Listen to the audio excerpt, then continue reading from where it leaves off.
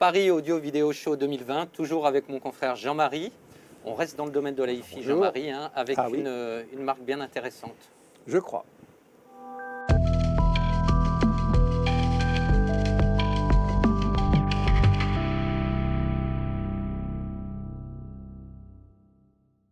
Alors Jean-Marie, on reçoit non pas un, mais deux invités. On a de la chance hein, aujourd'hui. Hein. Bravo. Donc pour la marque Ellipson.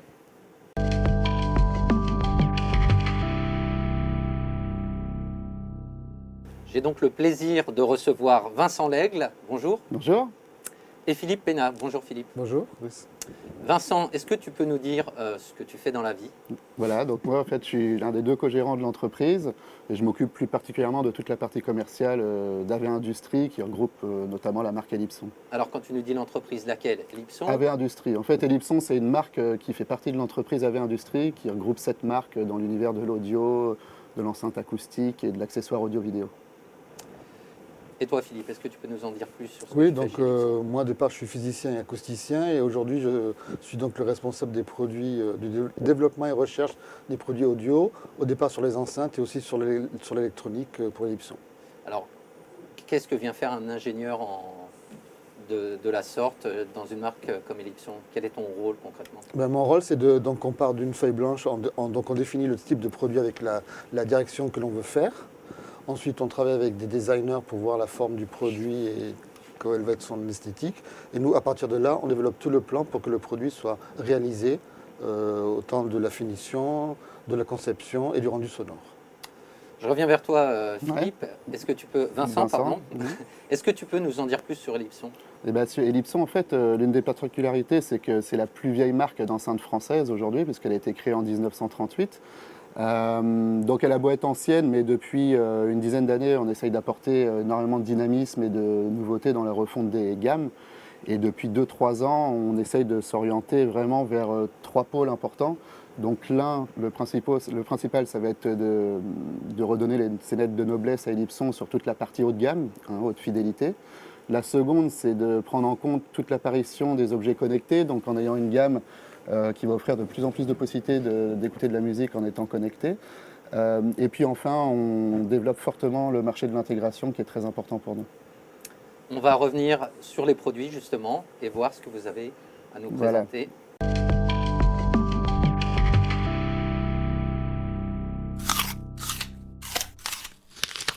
Vincent, Philippe, vous avez dévalisé l'entrepôt, là, vous êtes venu avec tout un tas de jouets. Est-ce que vous pouvez nous faire un petit panorama? Oui, on va vous expliquer un peu tout ça. Donc en fait, nous, au niveau d'Ellipson, on a 3 axes de développement importants. La partie hi-fi haut de gamme, donc avec une gamme de platine qu'on avait déjà lancée il y a 5 ans, puis la gamme Legacy qu'on a introduite l'an dernier, qui est là. La particularité, c'est que tous ces produits-là, on les fabrique en France entièrement. Et cette année, sur la partie hi-fi, on a décidé d'y adjoindre une gamme d'électronique, donc avec un préampli, un ampli, et puis un peu plus tard un intégré que Philippe vous présentera tout à l'heure. Le deuxième axe important, c'est d'être présent sur toute la partie produits connectés, en ayant une offre de plus en plus large. Donc l'an dernier, on a démarré avec la W35, qui était notre enceinte sphérique connectée, Wi-Fi, multi-room, qu'on a devant ici, ouais, tout à fait. Et cette année, on a décidé d'y adjoindre 3 autres produits. Donc le Music Center, qui est déjà dans la gamme aujourd'hui, sur lequel on a rajouté un module Wi-Fi pour pouvoir le rendre multi-room et pour pouvoir streamer en haute résolution en Wi-Fi. Un petit streamer, le Connect Wi-Fi Receiver, qui va permettre de rendre n'importe quel ampli analogique en ampli sur lequel on pourra venir streamer en Wi-Fi. Et pour terminer, pour l'intégration, on a un petit ampli, le Connect 250, qui est très compact, qui va permettre de pouvoir être positionné à différents endroits de la maison, pas forcément sur une étagère, mais dans des faux plafonds, contre un mur, et qui a la particularité d'être très économique, puisqu'il va être vendu à 249 € prix de vente public, tout en offrant quand même une puissance intéressante, puisqu'on va être sur 2 fois 50 watts, on aura le Bluetooth, et on aura le Wi-Fi aussi. Donc tous ces 4 produits-là vont pouvoir fonctionner dans le même univers, grâce à l'application Ellipson. Donc Philippe va prendre le relais. Alors sur les produits haute fidélité, donc on a lancé la gamme Legacy, 3 modèles, donc un gros modèle 3 voix, une colonne de voix et demi et une petite bibliothèque. Tous ces modèles s'articulent autour d'un tweeter dit AMT, Air Motion Transformer, qui est une sorte de ruban plissé. Donc ça rejoint la rapidité de l'aigu d'un ruban avec plus de matière. Nous avons développé aussi des haut-parleurs pour suivre cette rapidité du tweeter. Et aussi, le modèle phare, qui est la 3230, rappelle notre modèle historique, la 4050, avec sa sphère et son montage en phase des haut-parleurs. Pour compléter cette gamme d'enceintes, nous allons sortir ces amplis. Alors, vous avez le préampli P1 et l'ampli de puissance A2700. Donc le préampli P1 est un préampli qui est modulable. Il y a des slots à l'arrière qui permettent de rajouter des cartes pour avoir un étage phono, un DAC et plus tard le Wi-Fi. Donc je peux vous le montrer.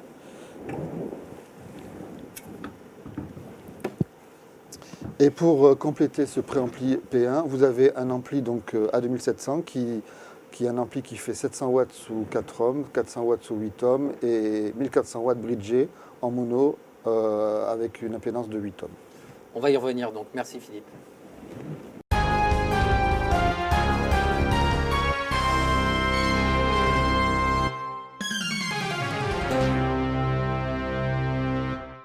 Jean-Marie, tu connais ces produits? Je les découvre. Et je les découvre avec plaisir. Un produit électronique ampli préampli made in France. C'est une joie, évidemment. Et je vois qu'Elipson est toujours à la barre. Alors là, j'ai effectivement quelques questions. Vas-y, je t'en prie. Donc, made in France, c'est fabriqué où? C'est fabriqué à notre usine de Saint-Fargeau, là où on fabrique nos platines et nos enceintes Legacy. Donc c'est un produit, donc ça s'est intégré dans la gamme Legacy. Donc ça complète l'enceinte qu'on connaissait déjà avec le tweeter ruban que je reconnais là.